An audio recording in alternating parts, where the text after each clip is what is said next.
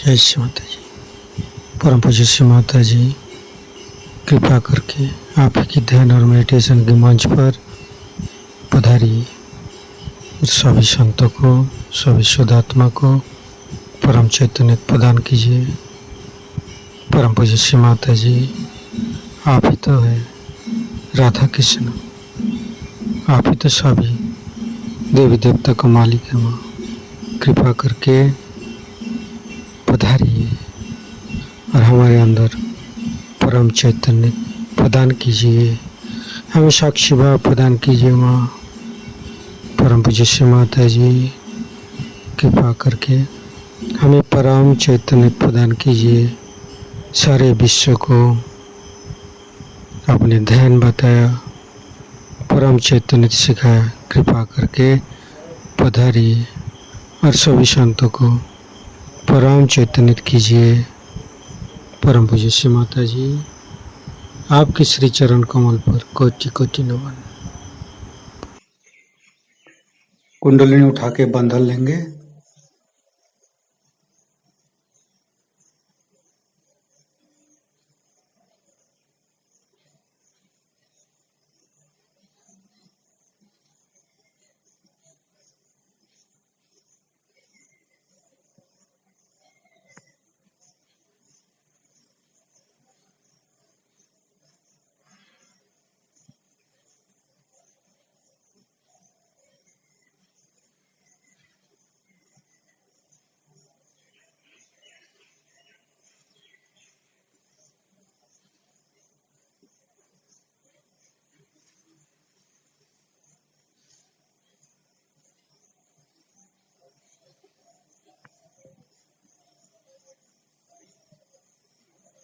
तीनों महामंत्र। ओम तमेव साक्षात् श्री महालक्ष्मी महासरस्वती महाकाली त्रिगुणात्मिका कुंडलिनी साक्षात् श्री आदिशक्ति माता जी श्री निर्मला देवे नमो नमः। ओम तमेव साक्षात् श्री कल्की साक्षात् श्री आदिशक्ति माता जी श्री निर्मला देवे नमो नमः। ओम तमेव साक्षात् श्री कल्की साक्षात् श्री सहस्रार स्वामिनी मोक्ष प्रदायिनी माताजी श्री निर्मला देवे नमो नमः। गणेश मंत्र लेंगे। ओम तमेव साक्षात् श्री गणेश साक्षात् श्री आदिशक्ति माता जी श्री निर्मला देवे नमो नमः। दोनों हाथ खुला हुआ परम पूज्य श्री माता जी की बिंदी को देखते रहेंगे। मन में अच्छे अच्छे चिंता लेके आएंगे।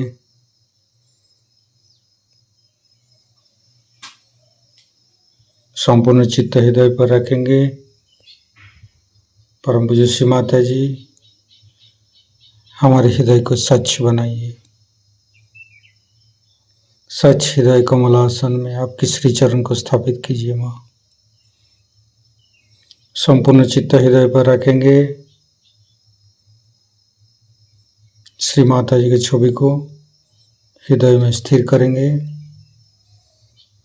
परम पूज्य श्री माता जी, हम अज्ञानी हैं।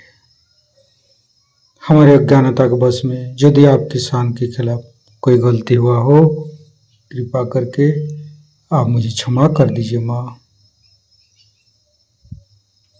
परम पूज्य श्री माता जी कृपा करके हमें क्षमा करके ध्यान में उतारिए माँ।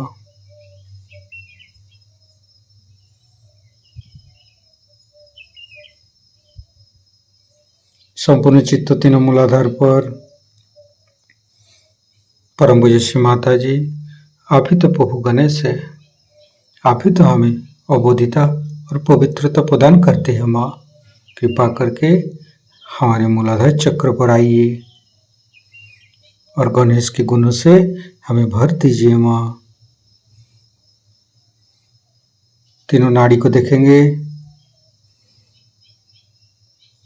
परम पूज्य माता जी, हम कभी अतीत में चला जाते हैं, कभी भविष्य में चला जाते हैं। कृपा करके हमें वर्तमान में स्थापित कीजिए माँ। संपूर्ण चित्त सुषुम्ना नाड़ी शरीर के मध्य भाग पर।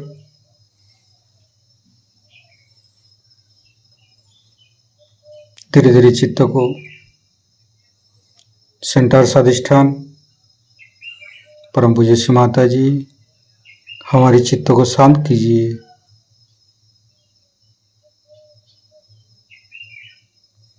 परम पूज्य माता जी, हमें पूर्ण शांति प्रदान कीजिए। आप ही तो हमें शांति प्रदान करते हैं माँ। कृपा करके हमें पूर्ण शांति प्रदान कीजिए।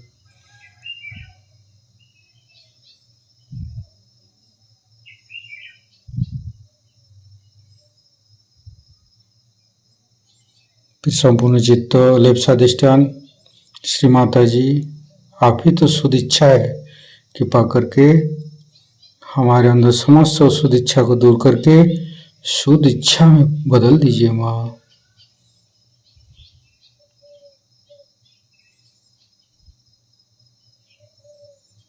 संपूर्ण चित्त राइट स्वाधिष्ठान। परम पूज्य माता जी, आप ही तो चित्त शक्ति है। कृपा करके हमारी राइट स्वाधिष्ठान में चित्त शक्ति स्थापित कीजिए।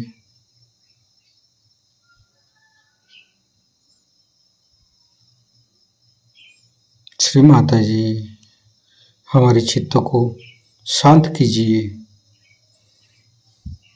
चित्त शक्ति मंत्र। ओम तमेव साक्षात श्री चित्त शक्ति साक्षात श्री आदि शक्ति माता जी श्री निर्मला देवी नमो नमः। परम पूज्य माता जी, हमारे राइट स्वाधिष्ठान पर आप आइए। हर चंद्रमा जैसे शांत कीजिए, हिमालय जैसे शीतल बनाइए माँ। चंद्रमा का मंत्र लेंगे। ओम तमेव साक्षात श्री चंद्रमा साक्षात श्री आदि शक्ति माता जी श्री निर्मला देवी नमो नमः। हिमालय का मंत्र लेंगे। ओम तमेव साक्षात श्री हिमालय साक्षात श्री आदि शक्ति माता जी श्री निर्मला देवी नमो नमः।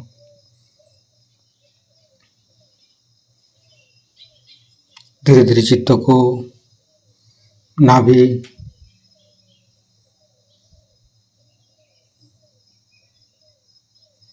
मध्य नाभि पर। परम पूज्य माता जी, आपकी परम कृपा में हम शांत है, संतुष्ट है, उदार भी है।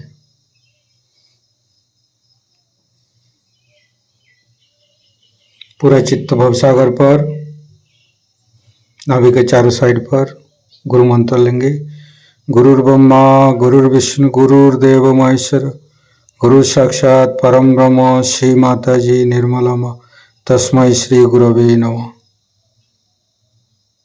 गुरुर्ब्रह्मा गुरुर्विष्णु गुरुर्देव महेश्वर गुरु साक्षात परम ब्रह्म श्री माता जी निर्मला माँ तस्मै श्री गुरवे नमः। गुरुर्ब्रह्मा गुरुर्विष्णु गुरुर्देव महेश्वर गुरु साक्षात परम ब्रह्म श्री माता जी निर्मला माँ तस्मै श्री गुरवे नमः। धीरे धीरे चित्त को तीनों हृदय विशुद्धि, तीनों विशुद्धि को देखेंगे। फ्रंट आज्ञा। परम पूज्य माता जी, जिन्होंने हमें तकलीफ दी है, हम उन सबको क्षमा करते हैं माँ। परम पूज्य माता जी, आप ही तो हमें समाजशील बनाया। हमें जिन्होंने तकलीफ दी है, हम उन सबको क्षमा किया है माँ। कृपा करके आप भी मुझे क्षमा कर दीजिए माँ। संपूर्ण चित्त वैकाग्य पर हे परमपिता परमेश्वर, जाने अनजाने में आपकी शान के खिलाफ कोई गलती हुआ हो तो कृपा करके आप मुझे क्षमा कर दीजिए।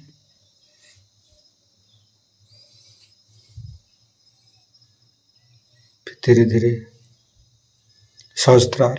परम पूज्य श्री माता जी, हमारे अंदर अहंकार प्रति अहंकार को दूर करके हमारी सहस्त्रार को खोल दीजिए।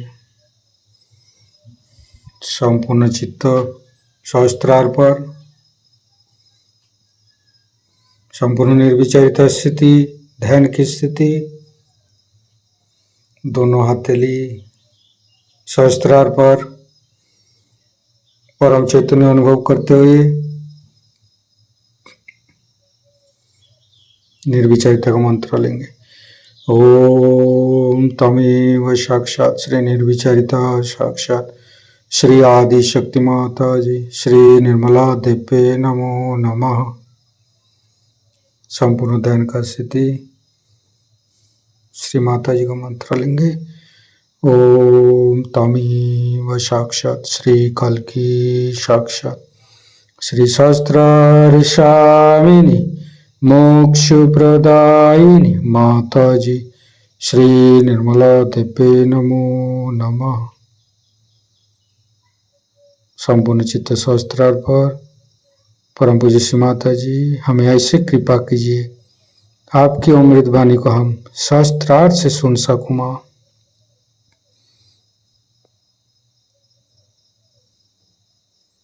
संपूर्ण चित्त सहस्त्रार पर परम पूज्य श्री माता जी का अमृत वाणी हम सहस्त्रार से ग्रहण करेंगे।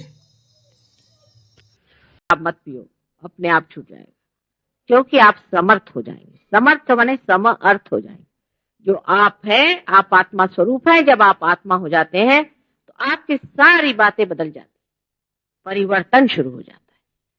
आप में परिवर्तन होना चाहिए, तभी मानना चाहिए कि हमारे अंदर कोई घटना घटित हुई है।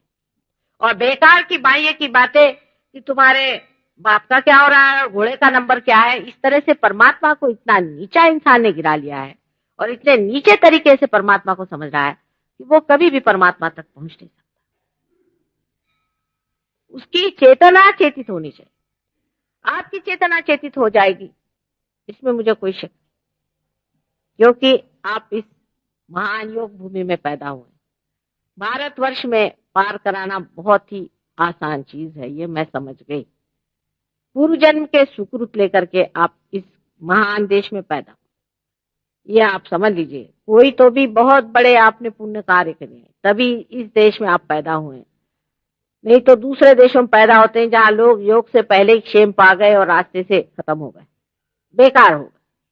अभी आप लोग बेकार नहीं हुए, लेकिन यो वहां के लोगों में क्योंकि बहुत मेहनत करनी पड़ती है, एक एक आदमी पे 2-2 3-3 महीने कभी कभी मेहनत करनी पड़ती है, तो उसको इसकी समझ सूझबूझ और निष्ठा बहुत है।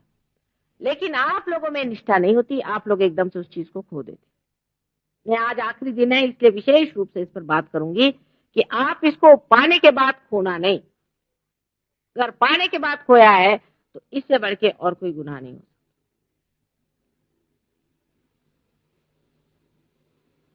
ये बहुत सूक्ष्म तत्व है जिसे आपको पाना चाहिए। आप लोग प्रदेश के लोगों से साइंस सीखते हैं, दुनिया भर की चीजें सीखते हैं,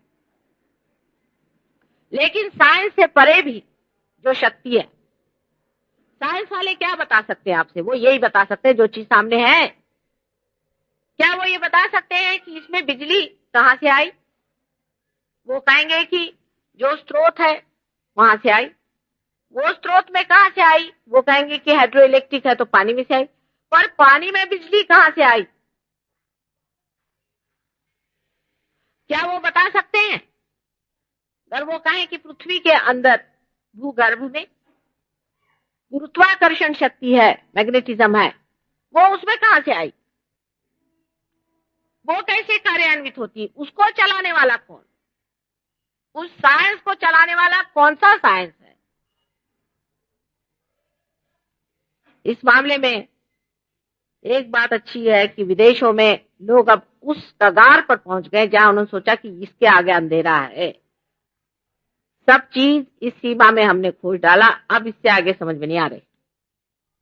अभी यहाँ हम लोग उनके पीछे पीछे चलकर उस कगार पर पहुंचना चाहते हैं और जिस गड्ढे में वो गिर गए उसमें ही गिरना चाहते हैं, अंधेरे में। पर आपका धरोहर बहुत बड़ा है, ये आपको जान लेना चाहिए। आपकी बपौती बहुत बड़ी है और उस बपौती को आप भूल करके इन लोगों के पीछे में सीधे मत जाइए। पहले अपने बपौती को जान लीजिए। आज सारा संसार आपके चरण चूमने के लिए तैयार है, लेकिन आप लोग अपने को बड़े भारी अंग्रेज समझ करके और अपनी सारी बपौती को भूल गए। मैं संस्कृति की बात नहीं कर रही, मैं तत्व की बात कर रही हूं। हमारे अंदर जो महान तत्व है वो है कुंडलिनी का तत्व, और उसकी जागृति होने के बाद मनुष्य आत्मा को प्राप्त करता है और आत्मा का प्रादुर्भाव हमारे अंदर से ब्रह्म शक्ति के रूप से वहन करता है। यह ब्रह्म की शक्ति, जिस ब्रह्म की शक्ति के द्वारा सारे संसार का कारभार चलता है, संसार की धारणा हुई, वही ये ब्रह्म शक्ति। इस ब्रह्म शक्ति को हमें पाना है, वो हमारे ही अंदर निहित है, हमारे ही आत्मा में है। लेकिन वो मिलने के बाद ये इतनी महान वस्तु, इतनी सूक्ष्म वस्तु हमें आसानी से मिली है, इसलिए इसे छोड़ नहीं देना। छोटी छोटी बातों पे लोग उलझ जाते हैं, जैसे कि कल वहां मंदिर में कुछ विद्वान लोग आए। कभी कभी इन लोगों से बात करने पे मुझे कबीर दास की बात समझ में आती है कि पढ़ी पढ़ी पंडित मूर्ख भय। मैं पहले सोचती थी कि पढ़ पढ़ के कैसे मूर्ख बन जाएंगे पंडित लोग, बगैर पढ़े ठीक रहते इसका मतलब। लेकिन अगर पंडित भी कोई हो और वो पढ़ने लगे तो मूर्ख हो जाते। उसकी वजह यह है कि किताब लिखने को किसको क्या जाता है, जो उठाओ जिसके पास जरा पैसा किताब छाप दी। शास्त्रों को भी बिगाड़ने में किसका क्या जाता है, जिसको अपने लिए इस्तेमाल करना है वो शास्त्र को बिगाड़ सकता है। हमारे शास्त्रों को इस तरह से लोगों ने बिगाड़ा है कि अश्वमेध यज्ञ को भी इन्होंने तांत्रिक बना दिया, शिव शक्ति को भी इन्होंने तांत्रिक बना दिया। मैंने हद हो गई इन लोगों के अपमान की भी, क्या इनको कोई भय नहीं भगवान का। सब चीज को उन्होंने इस तरह से लाके गिरा दिया, क्या उनके लिए क्या है का हारी की इन्होंने इस हुई है। मैं जर्मनी गई तो वहां लोग मुझे पूछने लगे कि आपका हिंदू धर्म है क्या? सब यही तो है। मैंने कहा क्या? तो उन्होंने सारा तांत्रिक बताना शुरू किया। मैंने कहा क्या करते हो, तुमने कहाँ पढ़ा? पहले हमने हजारों किताबें हिंदू धर्म पढ़ी, उसमें सब यही लिखा। अरे मैंने कहा तुमने तो धर्म फिर जाना ही नहीं, हिंदू धर्म क्या है। हम लोग तो जानते भी नहीं कि सब चीजें है क्या, ना हम कुछ पढ़ते, हमारे दिमाग में भी नहीं आता। इन लोगों की दृष्टि गंदी है तो दृष्टि चीज गंदी चीज पे पड़ती। हम लोग नेपाल गए थे, कभी हमने कोई गंदी चीज वहां देखी नहीं पूरी समय। मेरी लड़कियां भी थी, पति भी थे, सब कुछ थे, कभी कोई दिखाई नहीं दिया कोई गंदा काम यहाँ पे है, कुछ है, दिखाई नहीं दिया हम। उसके बाद दूसरे बार गए तो हमारे एक शिष्य थे वहां स्विट्जरलैंड के, तो उन्होंने कहा माँ यहाँ तो भरा पड़ा है। मैंने कहा कहाँ भाई, मुझे तो कुछ दिखाई नहीं दिया। तो देखा क्या कि जापान के बहुत से लोग आए हुए थे, बड़े बड़े जूम लेंस लगा करके। मैंने कहा ये क्या देख रहे हैं? पहले वो ऐसी जो गंदी गंदी चित्र लगे हुए हैं उनको वो फोटो ले रहे हैं। मैंने कहा अच्छा, उसलिए वहां से जूम लेंस लेकर के यहाँ पहुंचे। इनकी दृष्टि ही गंदी है। मैंने कहा ये लोग तो बिल्कुल जो है बाथरूम इनकी संस्कृति है, इनको कोई तमीज ही नहीं है। इनकी दृष्टि इतनी गंदी कि यही देखने के लिए आए यहाँ पर और उनको कुछ देखने को नहीं, यही फोटो खींच रहे। और बेचारे कलाकार भी क्या करते, उनको राजा महाराजा इतने ज्यादा विषयी लोग थे कि उन्होंने उनको कहा कि नहीं मंदिरों को पर ऐसे ही बनाओ।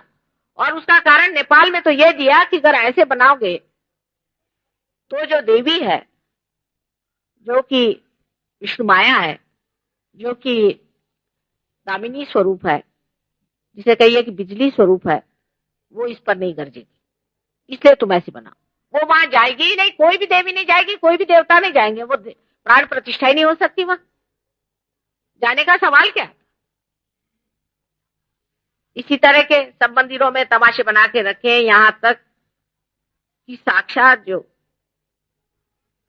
पुरी में साक्षात उनके पास भी ऐसे ही गंदे सब लगा के रखे। वहां से भगवान उठने जाएंगे तो क्या इतनी गंदगी वहां करके रखी हुई, ऐसे गंदे गंदे वहां पर चित्र बना के रखे हैं। क्या परमात्मा को सब गंदी बातें अच्छी लगती? और क्योंकि हिंदू धर्म में कोई भी रुकावट नहीं किसी चीज की, चाहे जो कर लो, जैसा भी चाहे आप व्यवहार करो परमात्मा के साथ और उनके मूर्तियों के साथ, कोई कुछ कहने वाला नहीं। इसीलिए शायद बाद में सबने कहा बाबा मूर्ति पूजा मत करो। ये सारी मूर्तियां पृथ्वी के अंदर से स्वयंभू हैं और हैं साक्षात। लंदन में भी मैंने देखा कि इंग्लैंड की कुछ जगह में ऐसे पत्थर निकल आए हैं जिनसे वाइब्रेशंस आते हैं, जिससे चैतन्य लहरियां आती हैं। हर देश में है, लेकिन अपने देश में दृष्टा बहुत थे, जानकार बहुत थे। उन्होंने पहचाना और उसमें मंदिर खड़े किए और उसको माना, और ये स्वयंभू लिंग है या ये स्वयंभू गणेश है, ये सब इसको समझा। लेकिन बगैर पार हुए आप कैसे समझ सकेंगे कौन सा स्वयंभू है कौन सा नहीं? अपने हर मंदिर में प्राण प्रतिष्ठा होती। मतलब क्या? प्राण प्रतिष्ठा का मतलब क्या? माने उसमें चैतन्य की लहरियां उसमें से आनी चाहिए। हर मंदिर के मूर्ति को जागृत किया जाता है। वो सिर्फ कोई बिरला ही होता है, क्योंकि जिसके पास में इसका अधिकार होता है वही कर सकता है, और वो अधिकार उसी को होता है जो पार हो। जो पार नहीं है वो नहीं कर सकता उसे। इसीलिए उन्हीं को ब्राह्मण माना जाता था जिन्होंने ब्रह्म को जाना है। जिसने ब्रह्म को नहीं जाना है, ये ब्रह्म जो हाथ से बह रहा है यही ब्रह्म है। इस ब्रह्म को जानने वाला ही उसकी प्राण प्रतिष्ठा कर सकता है। इस प्रकार अपने देश में भी अत्यंत अंधता है। मैं तो सोचती थी कि मंदिरों में जाओ तो लोग भक्ति से भरे हुए, और भक्ति वाले लोग परमात्मा को किसी को नहीं लगाते ज्यादा, जरूरत से ज्यादा। पर जो बड़े बुद्धिवादी होते हैं, बड़े क्लिष्ट होते हैं, बड़े क्लिष्ट लोग होते हैं, अपने ही इसमें उलझे रहते हैं। वो हर चीज का अर्थ लगाने पे बैठे रहते हैं और बाल की खाल उतारते रहते हैं। पर मैंने मंदिरों में भी देखा कि ऐसे लोग आके जम गए। वो भी बैठ करके वहां वाद विवाद कर रहे हैं, और वो भी बैठ करके इस पे चर्चा करें। अरे इस पे चर्चा क्या करोगे? कोई चर्चा करने से अगर आप एक फूल में से फल निकाल सकते तो दिखा दो। जीवंत चीज की क्या चर्चा कर रहे हो? ये अगर किसी से पूछा जाए तो उनका अहंकार जागृत होगा। वाह, मैंने गीता पढ़ी है, मैंने फलाना पढ़ा है, फलाना पढ़ा है। पढ़ने से क्या होगा? अगर पढ़ने से आप एक बीज में से अंकुर निकाल दें, पढ़ने से सिर्फ एक ही जानना है कि आपको पार होना है। ये घटना घटित होनी चाहिए, पढ़ने से यही जानना चाहिए। इस मामले में आपसे परदेसी लोग अच्छे, वो समझ गए कि हमको तो बगैर पार हुए कोई मार्ग नहीं, बाकी सब व्यर्थ है। वो सब गुरुओं के पास जाते, इधर जाते, टक्करे खाते हैं, ढूंढते हैं, और असलियत नहीं मिली तो छोड़ देते हैं। सावित्री तुम उधर बैठ जाओ तो अच्छा, पीछे के लोग नहीं देख सकते, कोने में बैठो। Give her a chair there, they can't see me. बीच में ही कुर्सी रख देते हो तुम लोग भी। हाँ,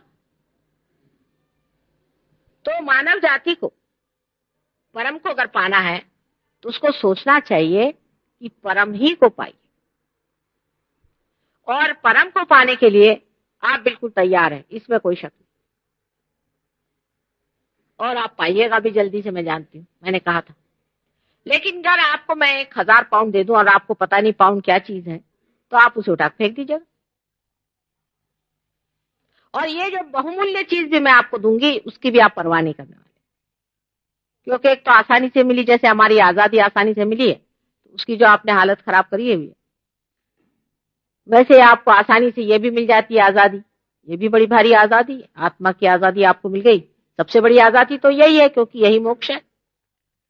सब चीजों से छुटकारा हो जाता है, अहंकार, मन, बुद्धि आदि सबसे छुटकारा होकर आप आत्मा स्वरूप हो जाते हैं।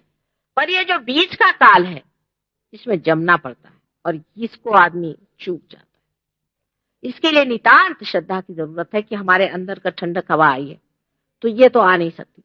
यानी कुंडलिनी का जागरण भी आप देख सकते हैं, उसका स्पंदन देख सकते हैं, उसका चढ़ना भी देख सकते हैं, वो तो सब होता ही है।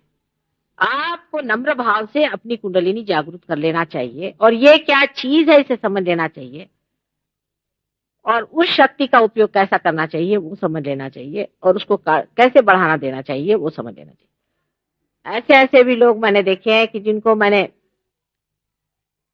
8 या 7 साल पहले जागृति दी थी, उन्होंने 10-10 हजार लोगों को जागृति दे के पार कर गांव के गांव निर्व्यसनी कर दिए, मुक्त कर दिए सारे रोगों से एक आध। ऐसे भी लोग हमारे, उन्होंने 1 से 3 कर लिए, तीनों ने मिलकर के, ऐसे भी लोग मैंने देखे। पर इधर दिल्ली की तरफ नहीं है, वो महाराष्ट्र में है। दिल्ली की तरफ लोगों की दृष्टि जरा अभी कुछ मेरे ख्याल से बार बार इस देश के आक्रमण होने की वजह से हो, चाहे जो हो, गहरी नहीं उतरते। और जब भी गहरे में उतरते हैं तो पढ़ लिख करके बेकार जाते हैं। भक्ति में उतरते हैं तो उसमें पगला जाते हैं। थोड़ी सी गहराई चाहिए, क्योंकि बहुत बड़ी चीज आप मांग रहे हैं, उसको संजोने के लिए आपके अंदर गहराई चाहिए। अगर आप इस गहराई से इसे ले तो थोड़ी देर में आपका जो पूर्व पुण्य का सुकृत है उसे आप छूटते हैं, पर उसमें समय लगता है। पहले आप जागरूक हो जाते हैं, समझ लीजिए कि ये माँ की कृपा। अब आप भी अपने ऊपर कृपा कीजिए, मैं कहती हूँ थोड़ी अपने ऊपर कृपा करके अपनी बुद्धि और अपना पागलपन एक तरफ रख के इसमें गहराई में उतरिए। आप वाकई में पुण्यवान हैं, नहीं तो आप इस देश में पैदा ही नहीं होते। पहली चीज, आप चाहे कुछ भी कर रहे हैं, ये जान लीजिए अगर आप भारतीय हैं तो बहुत पुण्यवान है और समझदार है। समझदारी में आपका कोई सानी नहीं, पर सब समझदारी अगर आप इसको अति समझदारी कहते हैं उस तरह से लगाएं तो आप अपने ही पीछे हाथ धोकर लग जाइए। एक बात जान लेना चाहिए कि माँ को कुछ देने का नहीं है, माँ कुछ लेने आई ही नहीं है, देने आई। पहला हिसाब ये, यहाँ कोई दुकान नहीं और इससे हमें कुछ पाने का नहीं, आप ही का लाभ करने का।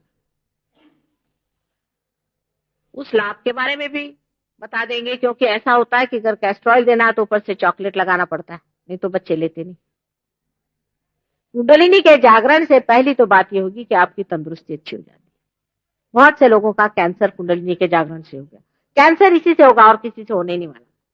बाकी सब आप ये जरूर है कि गला निकाल डालिए, नाक निकाल डालिए, कान निकाल डालिए और कहिए कि कैंसर ठीक हो रहा है, तो दूसरी बात।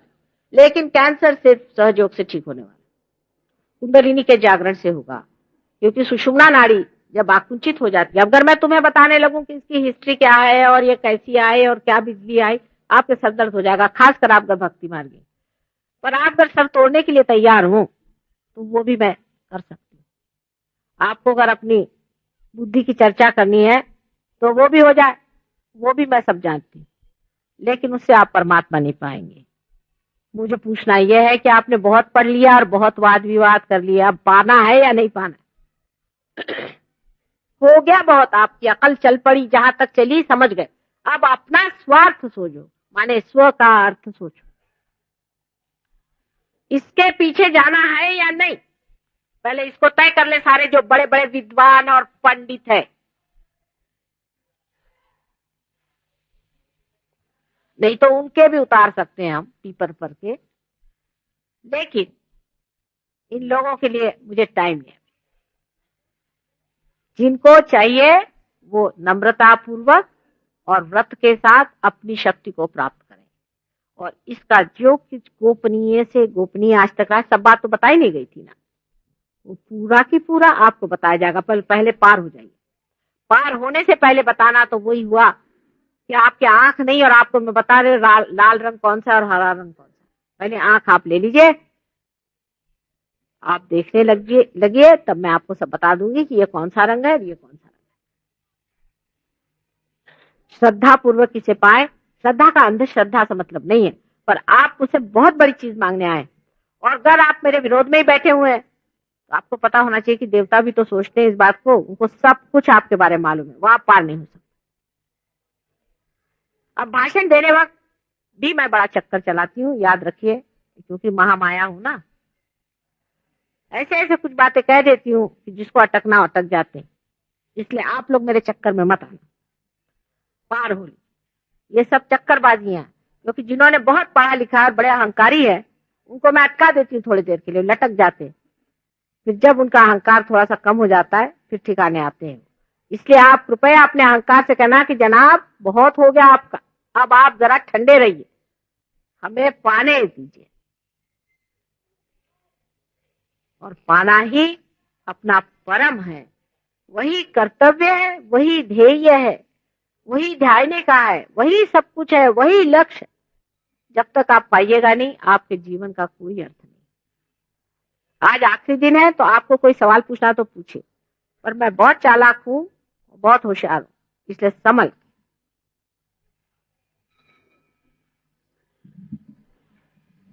पूछ लीजिए, 5 मिनट और। हाँ, पूछे पूछे बेटा, खड़े हो, खड़े। क्या है, क्या भेंट ले आए तुम? क्या ले आए भेंट? बेटा मैं पान तो खाती नहीं। अच्छा, इलायची ले लेते हैं। इन लोगों ने मुझे बदनाम कर दिया। एक आई थी हमें मालूम, इंटरव्यू करने, तो उसने कहा कि माँ बहुत पान खा रही थी। तो हमने कहा भाई इस जन्म में तो नहीं खाते, हाँ खाते थे, लेकिन तुमने पता नहीं मेरा कौन सा जन्म देखा। उन्होंने लिख दिया कि माँ पान बहुत खा रहे थे, और हम तो कभी पान छूते नहीं, इस जन्म में नहीं छुआ, हाँ पिछले जन्म में, उससे पिछले में खाते थे। तो मैंने कहा भाई तुमने कौन सा जन्म देखा जो छाप दिया तुमने कि माँ पान खा रही थी? तो खाते तो है नहीं हम पान बिल्कुल भी। ये चक्करबाजी है, इससे संभल के रहना। बेटा क्या सवाल पूछ? क्या बेटा? ना ना ना ना ना ना ना, ये सब कुछ नहीं। सिर्फ शराब नहीं पी सकते आप, बाद में। अभी मैं कुछ नहीं कहूंगी, पर मैं अभी कहूंगी तो आधे लोग भाग जाएंगे। कुछ नहीं, आप लोग पहले पार लो, फिर सब बात कहूंगी। घर में तुमसे अभी कहूं कि शराब नहीं पीने का, तो आधे लोग भाग जाएंगे। सिगरेट नहीं पीने का, तो शायद पूरे लोग भाग जाए। औरतों से कहे कि उपास नहीं करने का, तो सबकी सब उठ के चली जाएंगी। इसलिए मैं नहीं कुछ कहने वाली, मैं बहुत समझ गई हूं।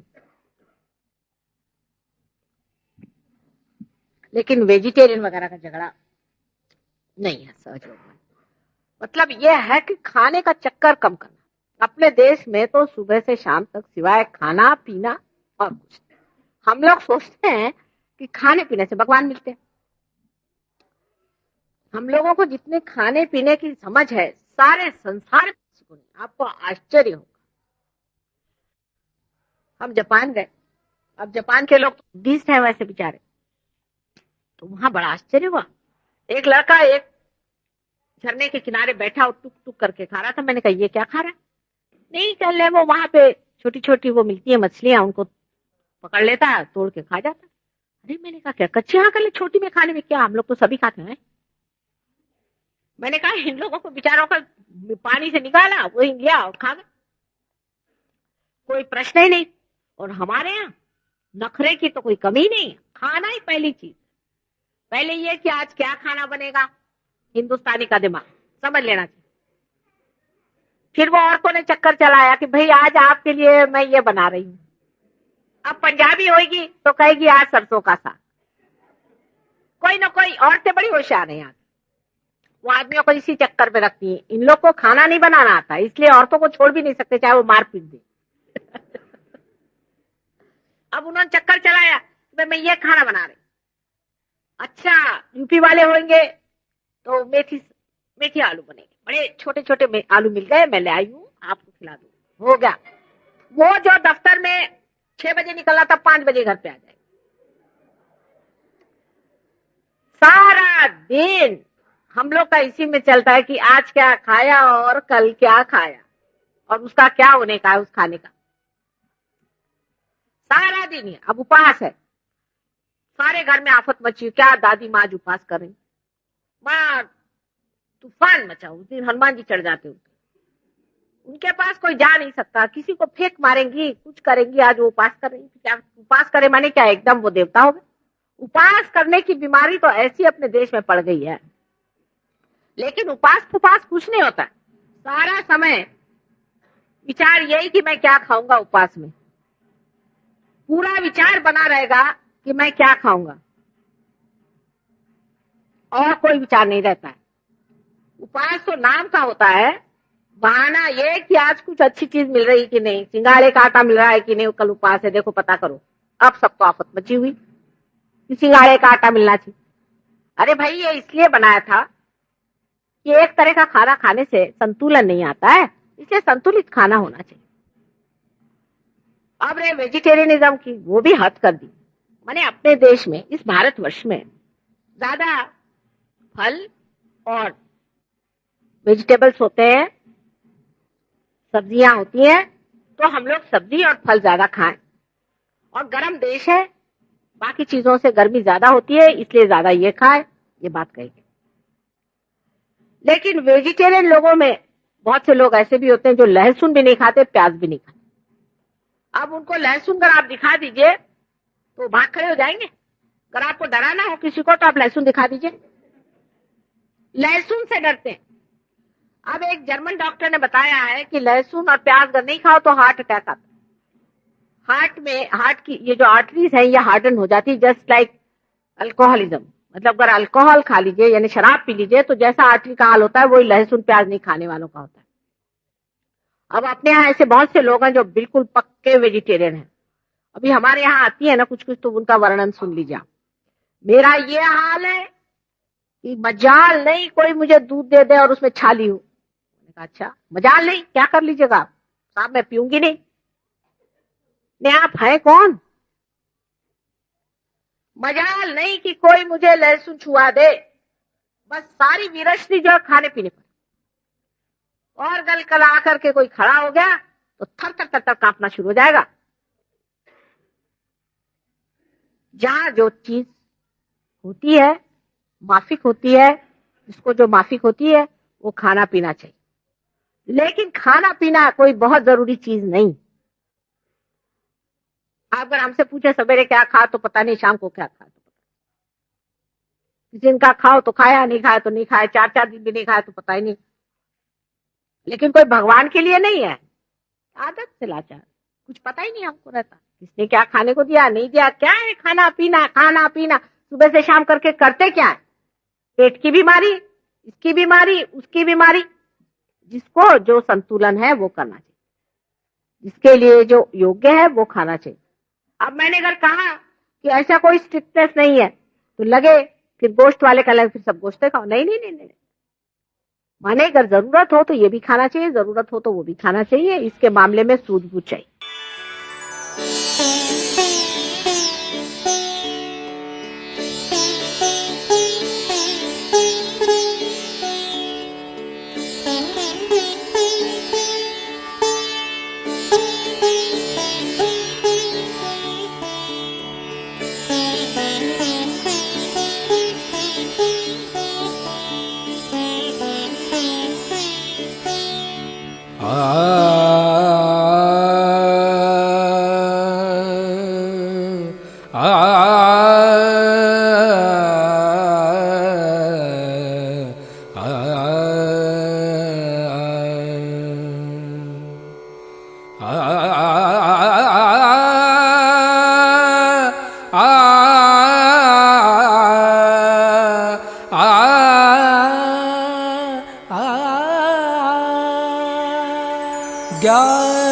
ज्ञानदायिनी श्रीमाता जी, ज्ञानदायिनी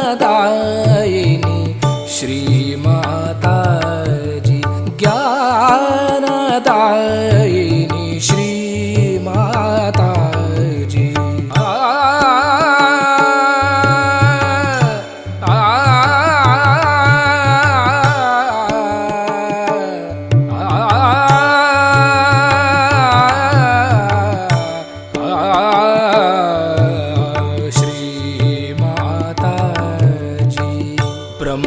स्वरूपिणी मात सरस्वती, ब्रह्मस्वरूपिणी मात सरस्वती, ब्रह्मस्वरूपिणी मात सरस्वती, ज्ञानदायिनी श्रीमाता जी। पम गम पद पम गम पम गरे सा निरे ग गरे गम म गम पम गरे सा निरे गरे गम पम गम पद पम गम पम गम पम गरे गरे सा।